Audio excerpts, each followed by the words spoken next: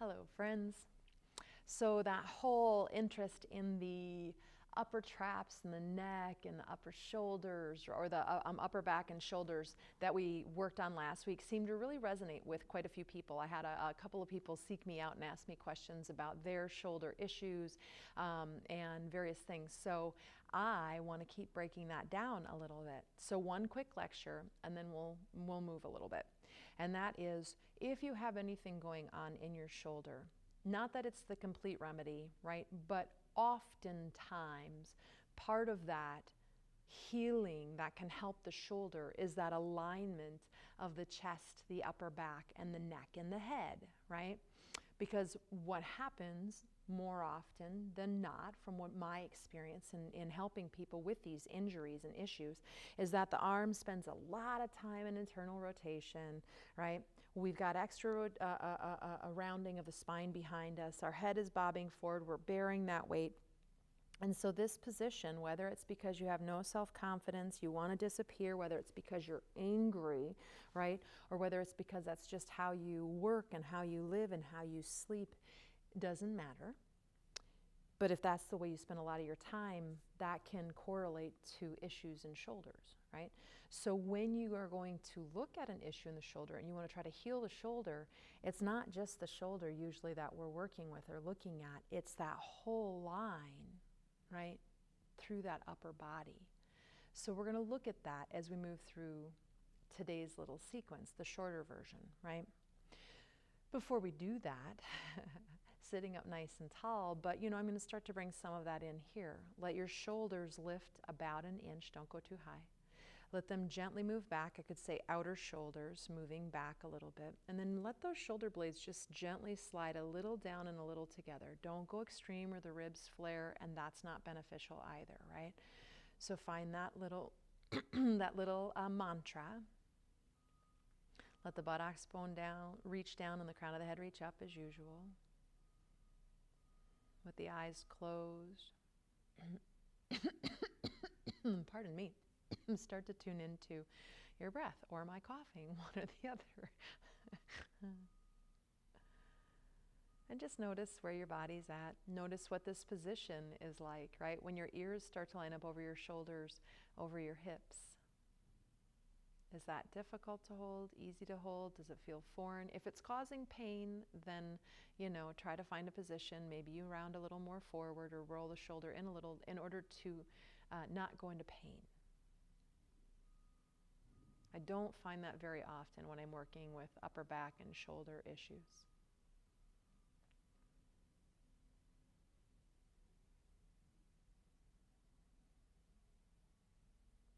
Pay attention to the breath for just a moment.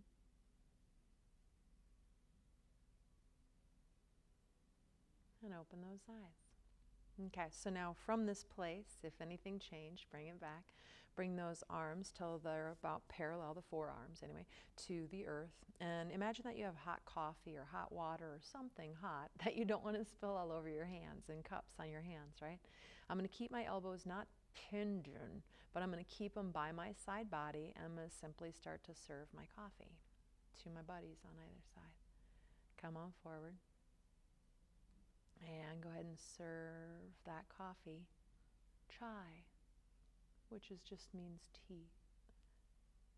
Right? And go ahead and serve your chai to either side. Come back, and we're going to do that one more time. So by the way, this one you can do multiple times a day. And then pause there. And now just start to keep the hands at about the level that they're at. We're not lifting them high. And we're just going to start to reach down kind of at a, or out kind of at a upside down V angle, right?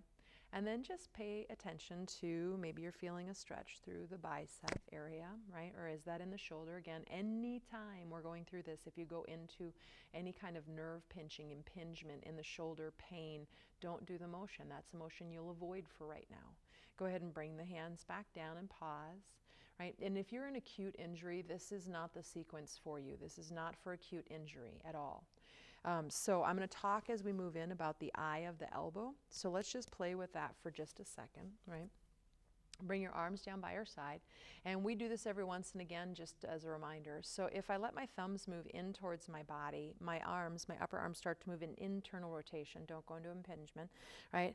And I start to round my upper back behind me. My head wants to bob forward, right? And then I'm going to go ahead and I'm going to turn my thumbs forward and all the way out and as far back as I can. And notice that the arm bone rotates back, external rotation. I start to get a little bit taller. And I can really lengthen that spine up. It brings that upper back in a little bit. My arms are in what's called external rotation. Now look down at your eye of your elbows and have your eye of your elbows point forward. You're probably going to have to move forward just a little bit, but keep the opening you just created in the shoulders. And palms are probably going to face forward, something like that. Awesome sauce. So we're going to come back to an idea of this in just a moment when we're weight bearing. So it's easier to find here. Now bring your arms forward in front of you, right? But try to keep the eye of the elbow forward and try to keep those shoulder blades, ooh, sorry, microphone, down the back. Sorry to you for me bobbing on the microphone. And then I want you to go ahead and I want you to try to keep the eye of the elbow forward even as you turn your palm down. It's called pronation at the forearm. They'll turn in a little bit, best you can, and awesome sauce. Bring that down. Pause. Okay, so now we're going to start to weight bear a little bit. Actually, before we do, let's do one more thing. Let's do a couple of shoulder blade rolls. So four motions of the shoulder blade, they move up, elevation, they move forward, protraction, they move down, depression, they move together, retraction. Smooth that out. You'll notice that my spine is not really moving all that much, right? I'm trying to keep my spine pretty stable and pretty still, and really moving the shoulder blades in these motions. Now go ahead and switch and go the other direction. Elevation, retraction together, depression down, protraction forward, and go ahead and move through the circles in this direction. I do break things down quite a lot, and I use anatomical language so that we all start to learn our bodies a little bit better, right? And then when we go to doctor's appointments or various things, we're like, oh yeah, I know what he means. I know external rotation. Go ahead and come back to center, or maybe she. I shouldn't have been so binary, they, when the doctor says, right? So from there, come on to hands and knees. Feel free to pad your knees. I'm on carpet, so I don't have to pad them in this space as much, but if I'm on a hardwood floor, yeah, I put a blanket under my knees. So now look down at your hands. Well, first have your wrists under your shoulders, your knees under your hips. That's the basic alignment of tabletop, right? And then turn your fingers out just a touch until your index fingers point straight forward. And of course, my fingers are spread pretty wide. And then from that place, right, see if you can keep your hands where they are, but can you turn your eye of your elbow forward, right? Externally rotating your upper arm bone. And does that help the shoulder blades move down? Can you gaze a little forward? And hopefully we have the alignment that we just had, even though we're in a different position of gravity, and we're now bearing weight in the shoulders, right? So go ahead and move your shins and your feet down. Move your thighs in towards one another. You could always do this on a countertop or a tabletop if it's too much to be on your hands and knees, right? And now I'm going to add one more motion to that. I want you to traction your left hand out to the left and your right hand out to the right. Anytime I say traction, I mean your hand is stuck on a sticky mat, it doesn't move. But if I energetically move my hands, right hand to the right, left hand to the left, I start to turn on a lot of muscles in my upper arm and up into the sides of my shoulder blades, the inside of my shoulder blades a little bit, right? And I'm starting to work strength in that area without having to do a ton, but I'm turning on a whole bunch of stabilizing muscles, which is just fantastic. Take one more breath, and then go ahead and sit back if it's available. You could always use a block behind you, but if you can sit back for just a moment and take the weight out of the arms, if you need to stand up or kneel or something, we're just going to come back forward in a moment. I want to give just a little break to wrists, and if you have wrist issues, this is not the sequence for you either, right? There are many other sequences that you can do. So go ahead, and this time we're going to do all of that, and now we're going to add that circling of the shoulder blades while we're weight bearing. And it seems like it should be a whole lot of nothing and easy to do, but I don't find it easy at all in my body. So wrists underneath shoulders, knees underneath hips, right? I have my index fingers pointing forward. I go ahead and I move my shoulders up to my ears a bit, a little up to the sky and down, and I look for that alignment, right, that I had when I was sitting. I push my shins down and move my thighs in, and the last one is traction. Your right hand to the right, your left hand to the left, and breathe. Don't hyperextend the elbows, my hyperextenders and hypermobile folks, right? Now from there, I'm going to try to stabilize and keep all of that I can, and I'm moving into the 4 directions of the shoulder blades. Shoulder blades towards the ears, down towards my wrists, down towards my buttocks, and together like elevator doors. Towards my ears, towards my wrists, towards my buttocks. It gets a little harder when you get turned around. The mind has a hard time for many of us translating those circles. So it might help you to just close your eyes and imagine that you're standing and you're moving through those same circles we just did moments ago, right?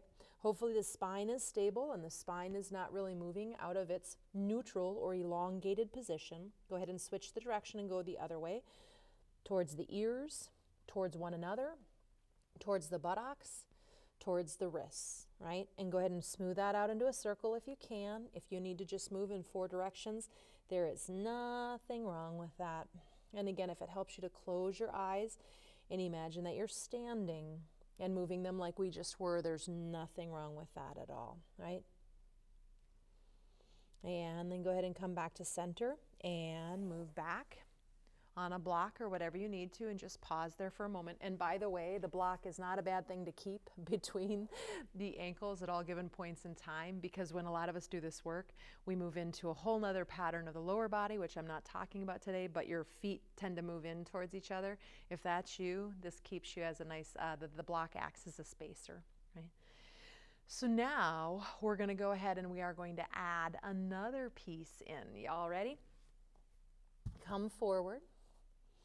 Everything we've talked about, index fingers forward, wrists under shoulders, right? I'm going to go ahead and I'm going to move my shoulder blades just a little up, a little to the ceiling and to my buttocks, so I keep that beautiful upper back. That's one of the very first things we did at the beginning of class. Traction, your right hand to the right, left hand to the left, right? And so hopefully my shoulder blades are in their Goldilocks position right now. I'm looking a little forward. My head is not bobbing down. I'm moving my thighs into my blocks so I find my corset. And then I'm going to go ahead and, without moving anything else in my body, aka stabilizing, I'm going to start to slide my right leg back and curl my toes under and push the heel behind me. I'm not lifting the weight of the leg at this moment, right? Notice if the ribs drop down, did the belly drop down, did the head drop down, the upper back over round up to the ceiling, right? What changed in your body, or what wants to? Even if it didn't, if you're that advanced in your practice, that's awesome. Something wanted to change and you kept it from doing that, right? Can you identify that? Go ahead and bring that right knee down. By the way, that's half plank. Now, keeping all of that, go ahead and step that left foot back, right? And again, hopefully nothing in your body changed at all and you still have that elongated spine. Your upper body is turned on, you're load bearing. Bring that left knee down. This time take a child's pose. If you have that block back there, you can move that block. If it feels good to lift the hands just enough to rotate the wrists out a little bit. By the way, you could still sit back if that's better for you. But just giving a little bit of freedom in that low back area as well, right? Okay, so we have one more piece to this vein. Any idea where we might go? We're going to try to step out to plank, right? But watch my body for just a second before you do. I know some of y'all are a girl and you're already in plank probably, right? Don't do that. So from there, right, I'm going to find all the same stuff a little quicker. I'm going to reach one foot back like we just did. And I'm going to try not to let anything change at all once I'm stable and just my left leg starts to reach back. We'll pause. We'll bring the right knee down. We'll bring the left knee down. And then we'll switch it out and we'll do the other side. But hopefully nothing changes in the body, right? And then we'll hold a third plank and we'll hold it for a couple of breaths and work it. And then we'll come back in a child's pose. So hands and knees. Get the alignment of the knees and the wrists. Index fingers forward, right? Find the alignment of the shoulder blades. The gaze is a little forward. I'm moving into a block between my thighs to tone my corset. I really, really need the core here, or those poor shoulders take the brunt of it, right? Rotate your right arm hand out, left hand out. And nothing moves except for at your right hip joint, hopefully. Reach that right leg back, push the heel back. And that nothing move is not to say you're wrong, you're not perfect. I don't mean that, I'm showing you how important I think that is, right? And then go ahead and step your left foot back to match the right. Nothing else moves except at your hip joints. Bring the right knee down and bring the left knee down. So if I had a measuring stick or whatever on the top of your body, it wouldn't move. If I had pots of water or hot coffee, left leg moves back. Keep everything really stable. Right leg back. And actually, I'm not going to go into a third. We're going to hold this one. So now push those heels back. The thighs lift. Like the thighs are what's lifting your body more than your arms and your hands. Still tractioning my right hand to the right, my left hand to the left. I really don't want to do that anymore. I really want to let that go. Bring that left shin down. Bring that right shin down. Go ahead and move back into downward, not downward dog, sorry, into child's pose for a moment. Give the wrists a break here. We are going to go to downward dog, but take a second. And it's a lot for the wrists. Again, you can bring your arms, lift your arms up a little bit to rotate. You can reach your arms back and just rotate your wrists and shake them out a little bit. Take a moment. If you have carpal tunnel or wrist issues, this is not the sequence for you, right? There are some sequences you might not be able to do, and it's okay. Or maybe you can do most of the sequence, but there's one move that's hard for you, and so you do it on forearms, etc., whatever, right? But this is very wrist. We're using a lot of weight bearing on the wrists and the shoulders right now. Walk those hands out in front of you. Same setup. It's the same dang thing, right? Oh, I forgot to mention, I made all that hubbub about the eye of the elbow, but the eye of the elbow moving forward. I forgot to mention that the past couple of times, as best you can here, even in downward dog. Now, inhale up to hands and knees, eye of the elbows forward. You can do it right there, right? Now, keep that upper back, look a little forward, and keep all of that, and slowly move back into your downward facing dog. Even the best intentioned yogis, I watch them, and they rush back in, and they really want to get into downward dog, and they don't set it up ahead of time. And then they spend so much time while they're weight bearing trying to get into alignment, right? So if there's impingement or anything going on the shoulder, get out. Traction your right hand out to the right, your left hand out to the left. The index fingers are pointing forward. We're trying to turn the eye of the elbow forward to the front of the room, right? We're bending our knees because it's not at all about our lower body right now. It's completely about the upper body today. Are the upper traps turned on? Can you soften them away? That's that external rotation. The more we externally rotate those arms, the better a chance we have of letting go of the upper traps. Go ahead and bring those knees down, child's pose. And breathe.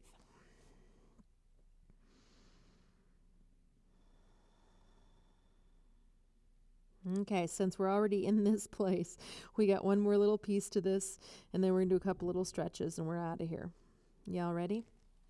So coming on up. This time, I'm going to go ahead and I'm going to move my hands a couple of inches in front of my shoulders, right? So my hips are still over my knees for now. I'm pressing my feet down and moving my thighs into a block. And every other action, right? My index fingers are forward. I try to turn my eye of my elbow forward. I rotate my right hand to the right, my left hand to the left. I slide my shoulder blades down my back. I reach my chest forward, but I don't let my belly or my ribs drop down. And now keep all of that, but shift forward a little bit till your wrists are over your under your shoulders. And so your knees are going to be a little behind the hips. Awesome sauce, right? And then from there, we're going to go ahead and we're going to move towards Chaturanga. Technically, Chaturanga is elbows and shoulders the same height. We're not going to go that low. We're going to go about halfway between this first one. So I want you to move those elbows back. You remember when we served coffee at the very beginning, we had our elbows right by our side body? It's the same idea. And inhale, come on up. So what wants to happen? So before you go any lower, I want you to notice what happens. One more, not going very low, right? Bend the elbows a few inches, move them in by the side. Does your upper back want to round? Does your head want to look back towards your knees, right? Or bob down and looking back at your knees? Try to keep that in. Do your ribs want to move down? Does your waist want to move down? Try to maintain. Push the floor away. Come on up. And we got one more, and this time we're going to come all the way down to our bellies. Through plank. Bring forearms down if you need to, etc. And then from there, for a little bit of a stretch, we're going to go ahead and we're going to reach our right arm and tee it out to the side. Right? Before you go anywhere, I want you to push spread the fingers wide, push the palm down, right? Get some activity in the shoulder so it's stable before we stretch it. And then we're going to go ahead and bend our knees, rolling onto the right side body. And I can use this left arm as leverage, right? Now, for some of us, we're already trying to go into bigger measures and more extreme things. Pause. Don't do it. I'll get you there, I swear. Move the right hand down. Very rarely that I don't get you to those places you want to go. I just take a longer journey, right? And I make sure my body's really stable when I do. So as you're pushing down, I want you to go ahead. Maybe you push into the left hand And the left shoulder rolls open, and of course that stretches the front of the right shoulder. Maybe the left foot comes back behind you onto the floor and the left knee moves up towards the sky a little bit. But if all you're doing is tweaking yourself at your low back, right, are you really getting benefit in the upper body? So tone the low belly in a little bit, protect the low back. I do believe these things make a difference in the health of our body. Roll back down to the ground. This side, you're going to see the back of me. Hopefully my mic does not get crushed. And I'm going to push my left hand down before I do anything, and I'm going to hug the muscles around my left shoulder. And then I'm going to go ahead and maybe come in. Maybe I barely come in at all, right? And I really keep myself turned down towards the ground, and my right knee's a little in front of my left, etc. Maybe I turn in and I put my right hand down like a training wheel, and I push into it and I roll open a little bit more. Release the neck, head's on the ground or on a block or a blanket or some such thing. Maybe that right foot comes behind me, but if I do that, tone the belly in so you're not tweaking your low back and you're using it as leverage to get into that shoulder, that left shoulder. Keep pushing the left hand down. Keep the shoulder stable even as you stretch it. Never want to overstretch ligaments and tendons and muscles. And come down onto your belly. Go ahead and bring one of your arms overhead or by your side to roll onto your back.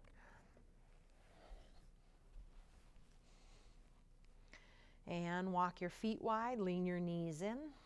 And just because we worked the upper back a little bit, give yourself a hug with one arm closer to your face than the left, whichever one is awesome, right? But just notice which one it is. And we're not going to do eagle arms. I'm going to encourage you not to. There's nothing wrong with eagle arms, but now we're trying to just slow down a little bit and just let it be nice and soft. So use your breath at this point in time to expand the area between your shoulder blades. And then the other arm is going to go on top. I walk my hands down a little bit, and then I just let my arms let them soften towards the chest. Right? So this is a passive stretch. Inhale, the breath can open that area between the shoulder blades maybe. Bring the arms into your 45, your Shavasana style. Legs can extend all the way out, or you can simply leave them as they are. Soften the muscles of the face. Shoulders, most definitely. Belly, hips, and of course any area that you might sense tension. Those are the big ones usually.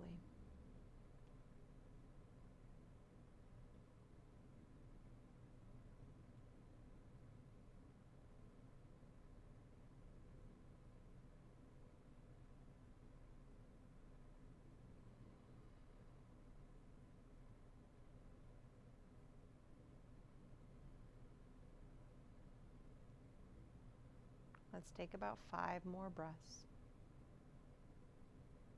Let that upper body just soften.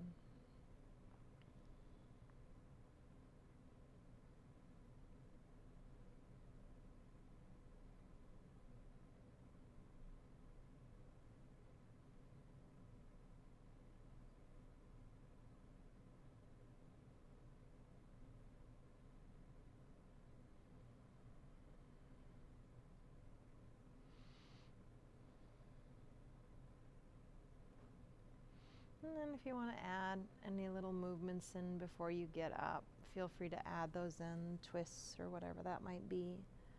Again, this was very specific sequence. So if you feel the need and have time, you might do another one that gets the hips or something like that. But hopefully you have a better understanding. You'll start to move up to seated of your upper body and your shoulder girdle.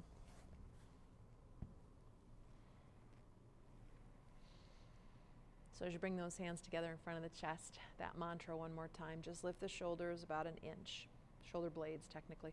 Move the shoulder heads back, slide them gently down a little together, not too much. Think about those bottom tips of the shoulder blades gently lifting the chest towards the thumbs. Notice I said gently like 4 times. And go ahead and let that head move in towards the chest just a little bit. Namaste, friends.